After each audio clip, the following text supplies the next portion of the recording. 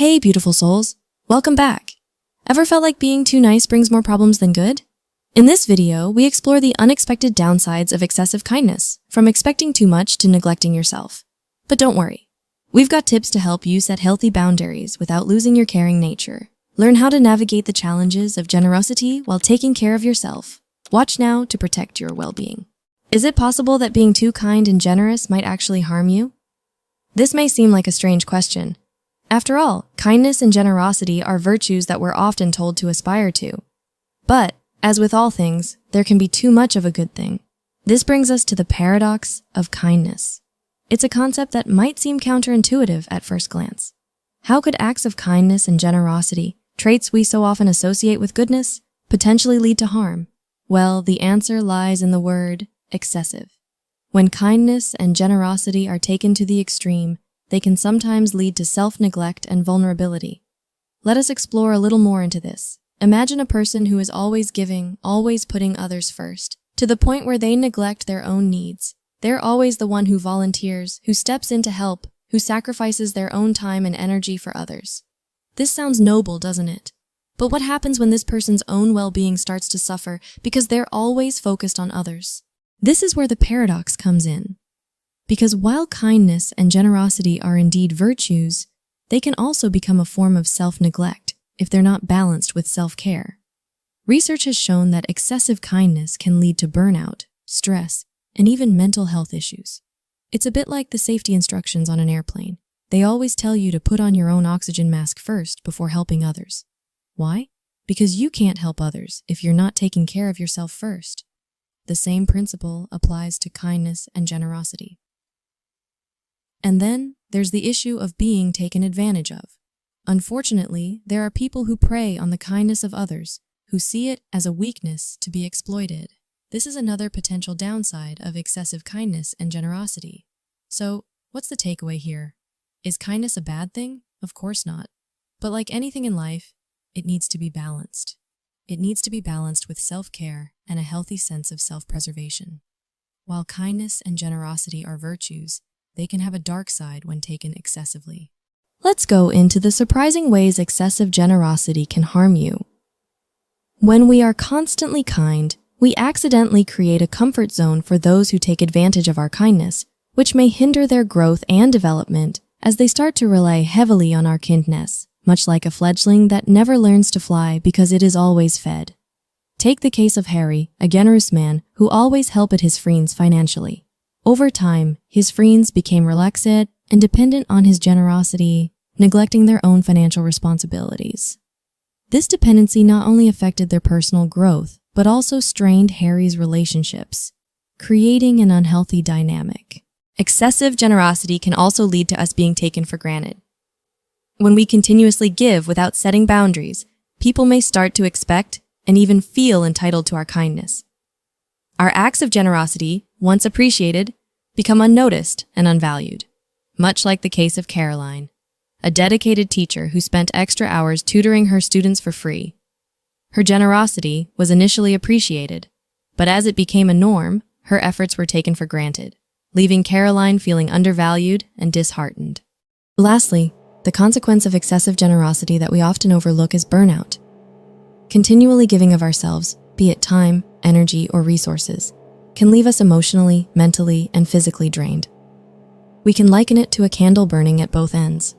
It may shine brighter for a while, but it will burn out twice as fast. Consider Cora, a devoted social worker who worked tirelessly to help her community.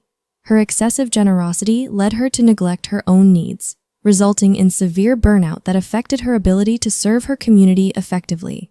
Generosity, in moderation, enriches our lives, but when excessive, it can lead to unforeseen problems. It's a delicate balance to strike, but remember, it is okay to say no sometimes and prioritize your own needs. After all, you cannot pour from an empty cup. What about self-care? And why does it matter in this context? One might ask. Well, self-care is important in maintaining mental and physical health.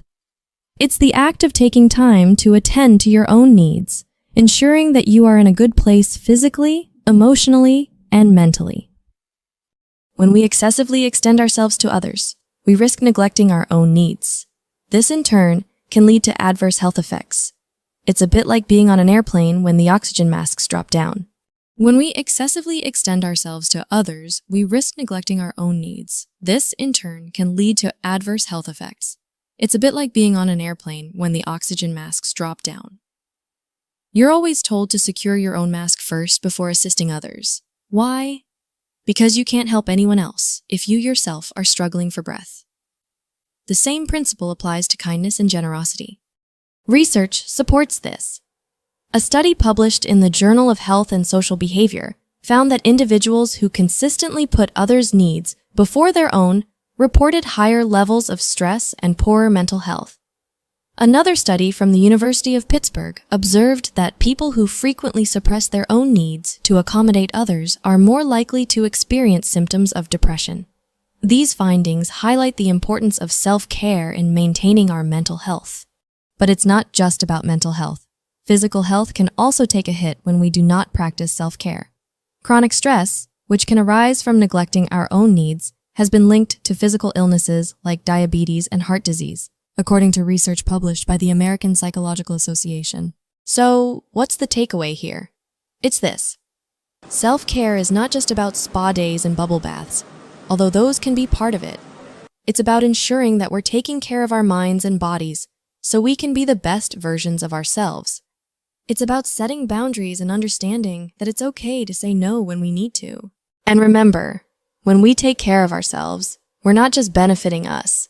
We're also creating a healthier environment for those around us. We're setting an example of what it looks like to respect and care for oneself. Self-care is not selfish. It is necessary for our well-being and capacity to help others.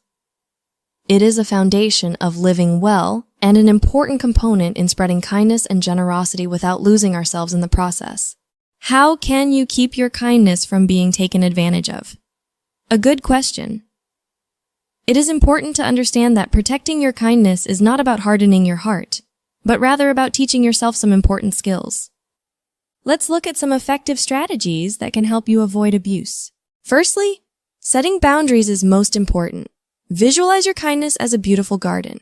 It's open, welcoming, and full of life. But without a fence, anyone can crush over your flowers, leaving you with nothing but wreckage. Setting boundaries is like building that fence. It's a way to protect your kindness, to ensure it is respected and valued.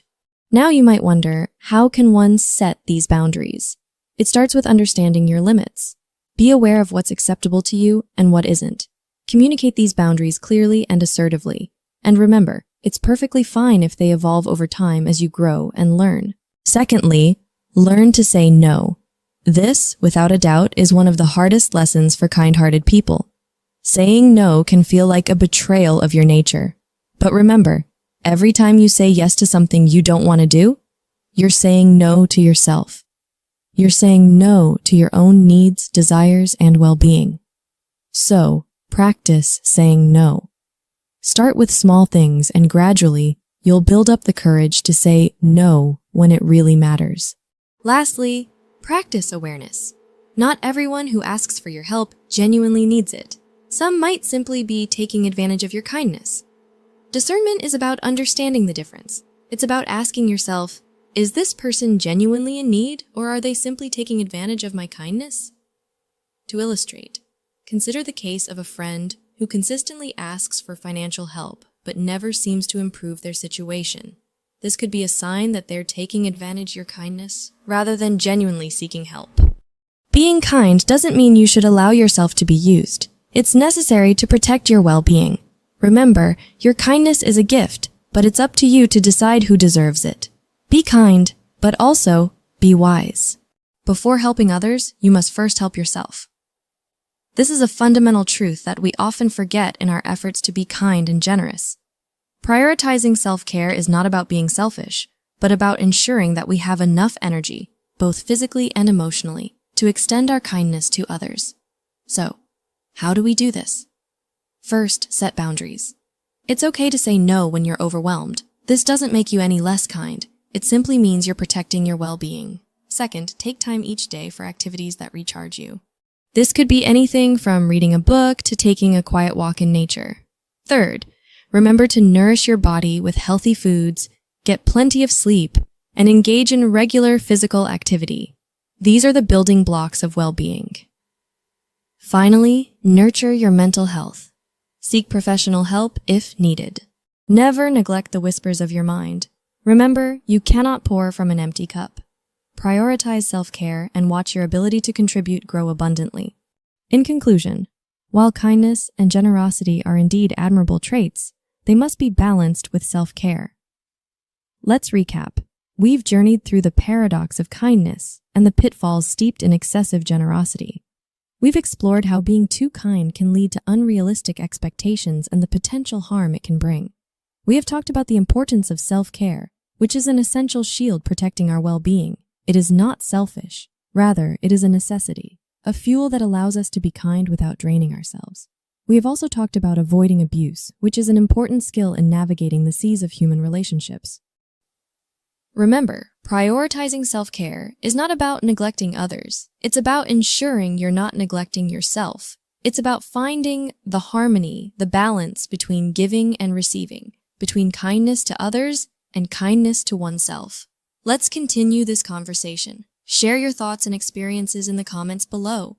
Together, we can foster a healthier understanding of kindness and generosity. Thanks for watching. We hope this video showed you the possible problems of being too kind.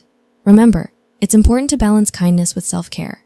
Set boundaries and prioritize your well-being to avoid the issues we talked about. Thanks for joining us on this eye-opening journey. Please subscribe for more interesting content. Until next time, be kind, stay aware, and be true to yourself.